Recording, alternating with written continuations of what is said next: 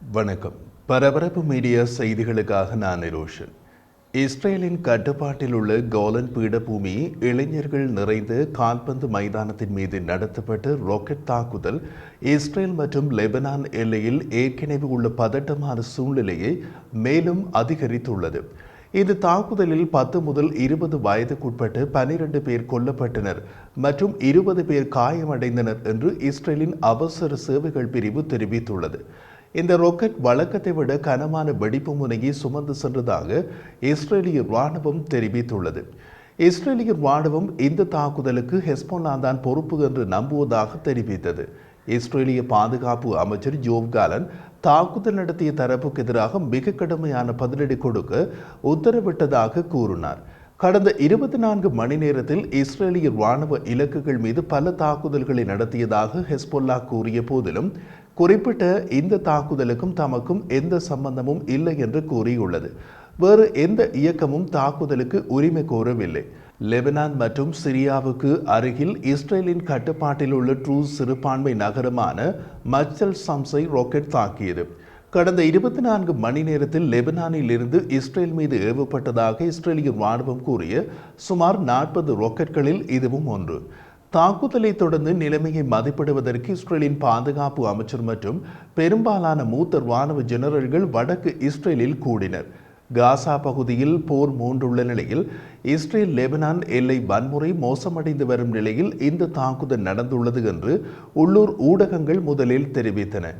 Israel Lebanon எல்லையில் ஒரு சிறிய தவறான கணிப்பீடு இஸ்ரேலுக்கும் ஹெஸ்போல்லாவுக்கும் இடையே ஒரு போரை தூண்டிவிடலாம் என்று அமெரிக்கா எச்சரித்துள்ள நிலையில் இந்த சம்பவம் நடந்துள்ளது.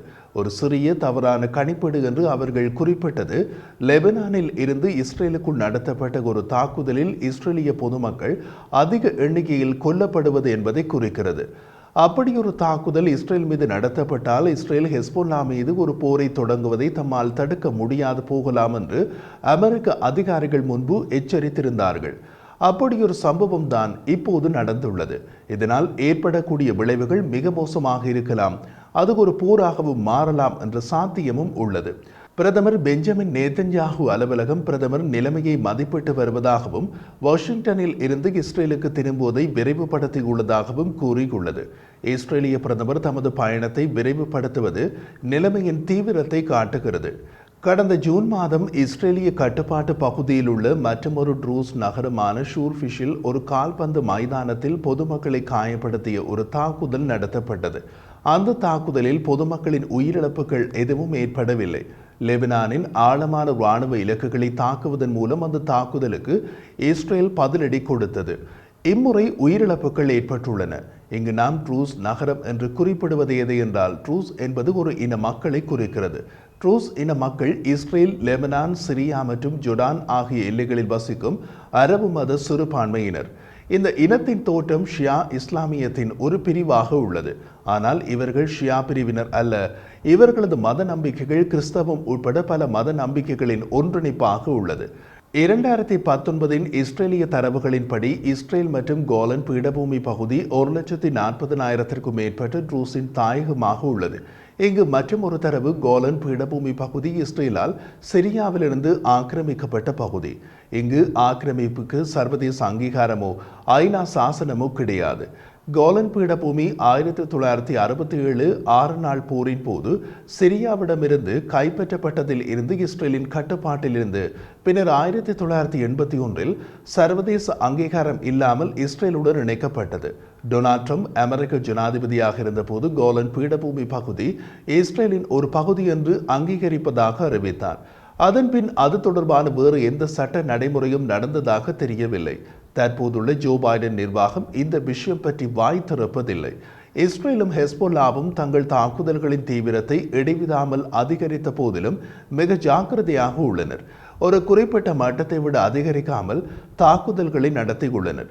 இது ஒரு முழுமையான போரை தூண்டாமல் வரும் தாக்குதலுக்கு பதிலடி என்ற விதத்திலேயே கடந்த பல மாதங்களாக இருந்து வந்தது. இரு தரப்புக்கும் இடையே போர் மூண்டால் அது எல்லையின் இருபுறம் உள்ள பொதுமக்களுக்கு பேரழிவை ஏற்படுத்தும். இஸ்ரேலிய அதிகாரிகளின் கூற்றுப்படி அக்டோபர் 7 பின்னர் இது இஸ்ரேலிய பொதுமக்கள் மீதான மிக மோசமான தாக்குதல் என்று கூறுகிறார்கள். அக்டோபர் 7ஆம் தேதி இஸ்ரேலுக்குள் ஹமாஸ் நடத்திய தாக்குதல் தான் காசா போரை தூண்டி அது தொடர்ந்து நடைபெறுகிறது. ஐடிஎஃப்பின் செய்தி தொடர்பாளர் உயர் அட்மிரல் டானியல் ஹஹாரி தெரிவித்த போது, ஐடிஎஃப்பால் செய்யப்பட்ட ஒரு சூழ்நிலை மதிப்பீடு மற்றும் எங்களிடம் உள்ள உளவு தகவல்கள் ஆகியவை மஜ்தல் சம்ஸை நோக்கி நடத்தப்பட்ட ராக்கெட் தாக்குதல் ஹெஸ்பொல்லா அமைப்பால் மேற்கொள்ளப்பட்டதாக தெரிகிறது என்றார்.